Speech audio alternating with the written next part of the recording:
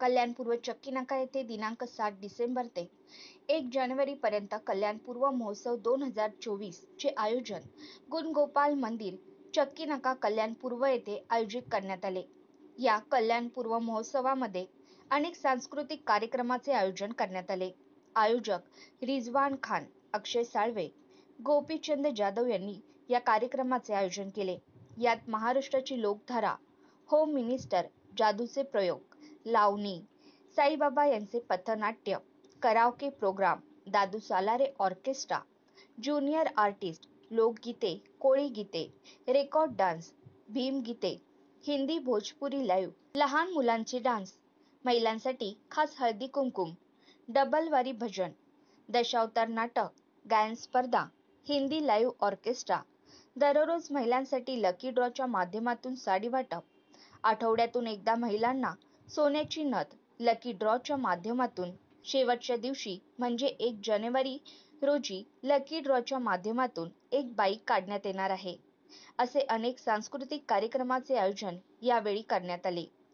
या कल्याणपूर्व महोत्सव स्टॉलमध्ये आगरी कोळी खाद्यपदार्थ, गृह उपयोगी सामान, पापड, लोणचे, मसाले, टॅटू, ज्वेलरी, मेकअप सामान तसेच लहान मुलांसाठी खेळणी, पर्स, चप्पल, आकाश पाळणे यांचे आयोजन करण्यात आले आहे। यावेळी आयोजक रिजवान खान, अक्षय साळवे यांनी नागरिकांना या कल्याणपूर्व महोत्सवाला नक्की भेट द्या असे आवाहन केले।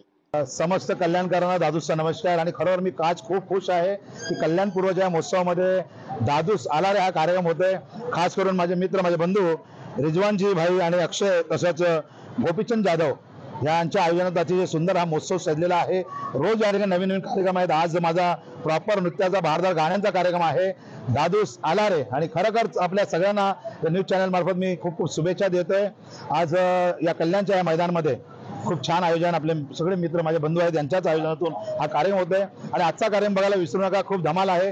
त्यानंतर पुन्हा हा कार्यक्रम जर आज तुम्हाला बघायला नाही मिळाला तर नक्कीच आपल्या या न्यूज चॅनलच्या मार्फत आपण बघा, एन्जॉय करा आणि आम्हाला खूप भरभरून प्रेम द्या। पुन्हा एकदा आपल्या सगळ्यांना दादूचा नमस्कार आणि आजचा कार्यक्रम बघायला विसरू नका। थँक्यू। दादूस आला रे। नमस्कार। कल्याण महोत्सव पूर्व 2024 यामध्ये 7 तारखेपासून सुरू झालेला आहे। 7 डिसेंबर पासून सुरुवातीपासूनच रिजवानभाई, अक्षयभाई आणि आयोजकांनी नवीनभाई गवळी यांच्या आशीर्वादाने ह्या मैदानात चालू केलेत। वेगवेगळे सांस्कृतिक कार्यक्रम ठेवले आहेत। ह्याच्यामध्ये स्पेशली दादूचा एक कार्यक्रम आहे। त्याचबरोबर महिलांसाठी रोजच्या रोज पैठणीचं एक बक्षीस दिलं जातं आणि दर रविवारी सोन्याची नथ बक्षीस दिली जाते। त्याचबरोबर शेवटच्या दिवशी ना बाईकचं एक कुपन काढण्यात येणार आहे, हे सर्वांसाठी असणार आहे। त्याचबरोबर आहे ना आणि वेगवेगळे सांस्कृतिक कार्यक्रम ठेवलेले आहेत। ह्याच्यासाठी भीम गीते हा एक कार्यक्रम ठेवण्यात आलेला आहे इथे। त्याचबरोबर महिलांसाठी पैठणीचा, ह्याचबरोबर हळदी कुंकू समारंभ, वेगवेगळे सर्व कार्यक्रम ठेवले। याच्यामध्ये लावणीचा कार्यक्रम स्पेशली असणार आहे, डान्स कॉम्पिटिशन आहे, त्याचबरोबर लहान मुलांसाठी मनोरंजन, जादूचे प्रयोग आहेत। सर्व दिवस वेगळ्या प्रकारचे कार्यक्रम ठेवण्यात आले। यावेळी लोकांनी याचा मनसोक्त आनंद घ्यावा आणि विजिट करून हे करा। त्याचबरोबर वेगळ्या प्रकारचे आमच्या स्टॉल धारकांचे स्टॉल आहेत। स्टॉलमधून सुद्धा एक डिस्काउंट दिलं जातं, आम्हाला रोजगार निर्मिती भेटते यातून। त्याबद्दल आम्ही नवीन गवळी साहेबांचे, रिजवान भाईंचे आणि आयोजकांचे धन्यवाद देतो। धन्यवाद।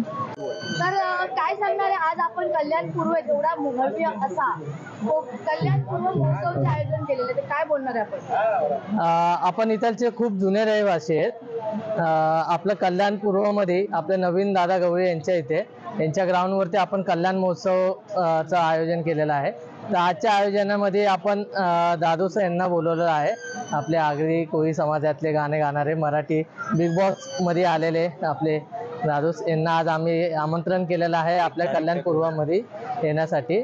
आणि आपला हा जो महोत्सव आहे कल्याणपूर्व महोत्सव हा आपला 1 जानेवारीपर्यंत चालू असणार आहे। आणि प्रोग्राम, खूप सारे प्रोग्राम आहेत तिथं, वेगवेगळे कलाकार सुद्धा येणार आहे, सिंगर सुद्धा येणार आहे, डान्सर सुद्धा येणार आहे।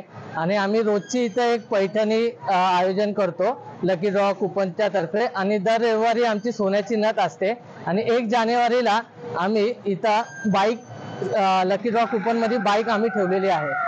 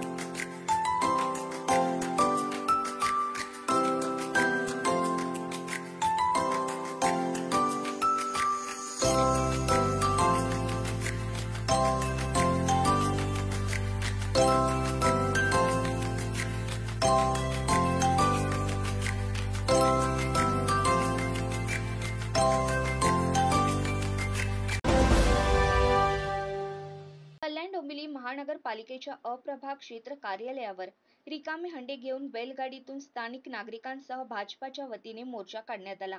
मांडा टिटवाळा परिसरातील गंभीर पाणी टंचाईला कंटाळून महानगरपालिका प्रशासनाविरोधात हा मोर्चा काढला असून पाणी टंचाईचा प्रश्न लवकरच सुटला नाही तर प्रशासनाविरोधात तीव्र आंदोलन करण्याचा इशारा मोर्चेकऱ्यांनी दिला।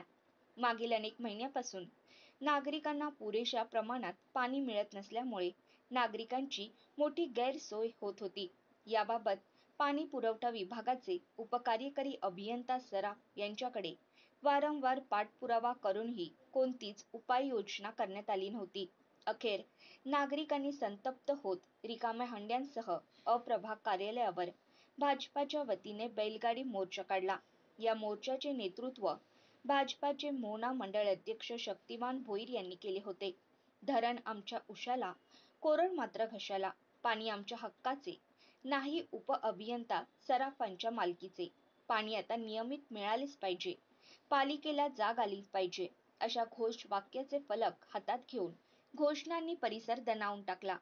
उपअभियंता सराफ यांची तातडीने बदली करावी, मांडा टिटवाळा येथील सोसायट्यांना जाणीवपूर्वक कमी दाबाने होणाऱ्या पाणी पुरवठ्यावर उपाययोजना करावी, मोहिले जलशुद्धीकरण केंद्र ते मांडा टिटवाळा मुख्य पाण्याच्या पाईपलाईनवर प्रेशर गेज मशीन बसवावे, मुख्य पाण्याच्या लाईनवर अधिकाऱ्यांच्या संगनमताने अनधिकृत नळ जोडण्यात आले असून त्यावर कारवाई करावी, पावसाळ्यात नदीतील जलपर्णीमुळे रॉ वॉटर पंपिंग थांबते, यावर कायमस्वरूपी उपाययोजना करावी, काळू नदीवरील बंधाऱ्याची उंची वाढवून गळती थांबवावी, अवैध नळ जोडणीसाठी घेतले जाणारे 30 ते 40 हजार रुपयांचे गैरव्यवहार थांबावेत, प्रभागातील सर्व अनधिकृत नळ जोडण्यांवर कठोर कारवाई करण्यात यावी, अशा प्रमुख मागण्या मोर्चा प्रसंगी मांडण्यात आल्या। पाणी टंचाईच्या समस्येकडे दुर्लक्ष केल्यास तसेच मागण्या पूर्ण न झाल्यास पालिका मुख्यालयावर आंदोलन करण्याचा इशारा माजी उपमहापौर उपेक्षा भोईर यांच्यासह आंदोलकांनी दिला आहे।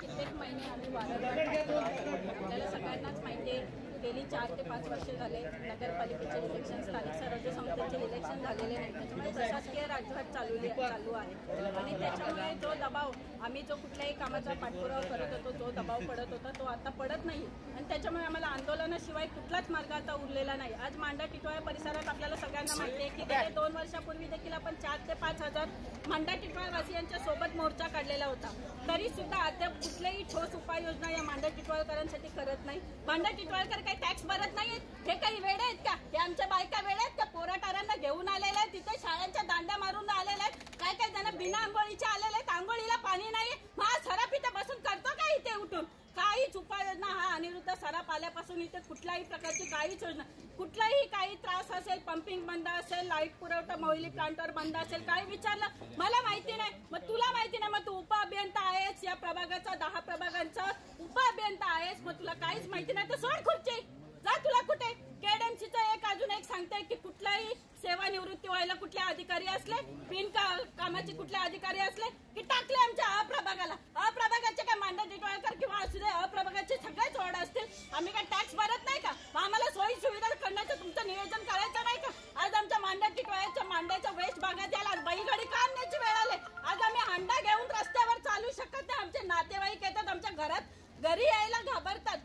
माझ्या इथे काल परवा 2 महिन्यापूर्वी पूजा होती. एक बाई आमचे नातेवाईक आली, स्कूटीवरून आली, पाय कोलमडून पडली. हो तुम्ही बघा रस्ता, आमचा रस्त्यावर चालू शकत नाही तर हंडा घेऊन काय चालणार? म्हणून आज बैलगाडी घेऊन, आज पाण्यासाठी आज आम्ही बैलगाडी घेऊन यायची वेळ आली. हो या अनिरुद्ध सराफला सांगा, एक डोक्यावर रिकामा हंडा घेऊन आमच्या रस्त्यावरून चालून दाखवावंच कळेल याला तर कसं बायका कशा आमच्या सहन करतात. या वेळा नाही तिथं आलेला, प्रेग्नंट बाया पण इथं आलेल्या आहेत. हो बघा जरा डोळे खोलून, आज आतमध्ये केबिन मध्ये बसलाय, बघ ना जरा बाहेर येऊन याचे जर डोळे फुटलेले असतील तर.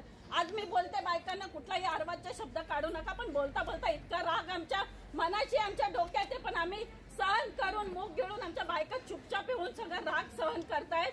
आज आम्ही एवढा राग सहन करत करत आज कुठल्याही म्हणजे वारंवार पाठपुरावा करून कुठल्याही आम्हाला प्रतिसाद या प्रभागातल्या पाणी पुरवठा विभागातून मिळत नाही आणि म्हणून आज आम्ही खूप त्रास सहन करून करून आज हा मोर्चा आणलेला आहे. श्री दत्त जयंती उत्सव दरवर्षीप्रमाणे याही वर्षी मोठ्या उत्साहात साजरा करण्यात आला. माजी नगरसेवक शैलेश धात्रक, माजी नगरसेविका मनीषा धात्रक यांनी दरवर्षीप्रमाणे याही वर्षी दत्त जयंती उत्सव मोठ्या उत्साहात साजरा केला. यावेळी डबलबारी भजनाचा जंगी सामना आयोजित करण्यात आला. श्री स्वामी समर्थ प्रासादिक भजन मंडळ भजन सम्राट श्री श्याम सुंदर आचरेकर व संगीत विशारद बुवा संतोष नांदोसकर यांचे शिष्य बुवा शैलेश परब, मिलिंद माळकर, सहदेव सावंत, गावदेवी प्रासादिक भजन मंडळ डोंबिवली भजन सम्राट भगवान लोकरे यांचे शिष्य बुवा संजय पवार वादक, आमतेकर, विनायक मोहिते असे अनेक सांस्कृतिक कार्यक्रम, भजन कीर्तन आयोजित करण्यात आले. यावेळी कॅबिनेट मंत्री महाराष्ट्र राज्य रवींद्र चव्हाण, ॲडव्होकेट माजी नगराध्यक्ष श्रीकांत जोशी, उपेंद्र दादा बापू साहेब मोकाशी, शास्त्री गुरुजी हेमेश व्यास सहित अनेक मान्यवरांनी या कार्यक्रमाला आपली उपस्थिती लावली. धात्र कुटुंबीय नेहमीच असे धार्मिक कार्यक्रमाचे आयोजन करत असतात. यावेळी हजारोच्या संख्येने नागरिकांनी महाप्रसादचा लाभ घेतला. यावेळी माजी नगरसेवक शैलेश धात्रक, माजी नगरसेविका मनीषा धात्रक, समाजसेविका पूजा धात्रक यांनी आलेल्या मान्यवरांचे स्वागत केले.